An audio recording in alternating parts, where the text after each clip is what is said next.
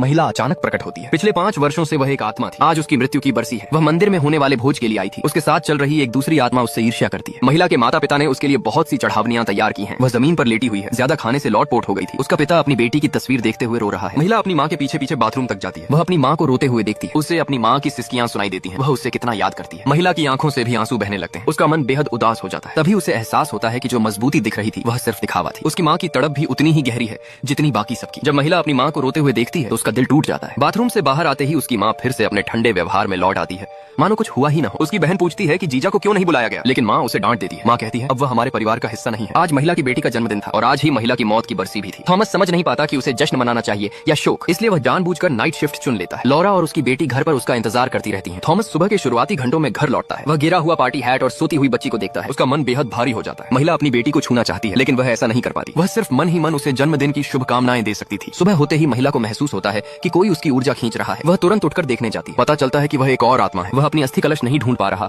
इसलिए भटकने को मजबूर है। महिला कहती है कि आत्माएं बच्चों की सेहत को नुकसान पहुंचा सकती हैं और उसे वहां से चले जाने को कहती है, लेकिन वह आत्मा पूछती है क्या तुम इंसान हो। महिला हैरान होकर पूछती है कि उसका क्या मतलब है। वह आत्मा कहती है बच्ची हमें देख सकती है। उसी पल बच्ची वहां आ जाती है, लेकिन वह महिला के पास से निकल जाती है मानो उसे देखा ही न हो। डर के मारे महिला उसे पुकारती है। बच्ची उसकी ओर देखती है और जवाब देती है। महिला सदमे में जमीन पर बैठ जाती है। सच्चाई सामने आ जाती है, उसकी बेटी सच में आत्माओं को देख सकती थी।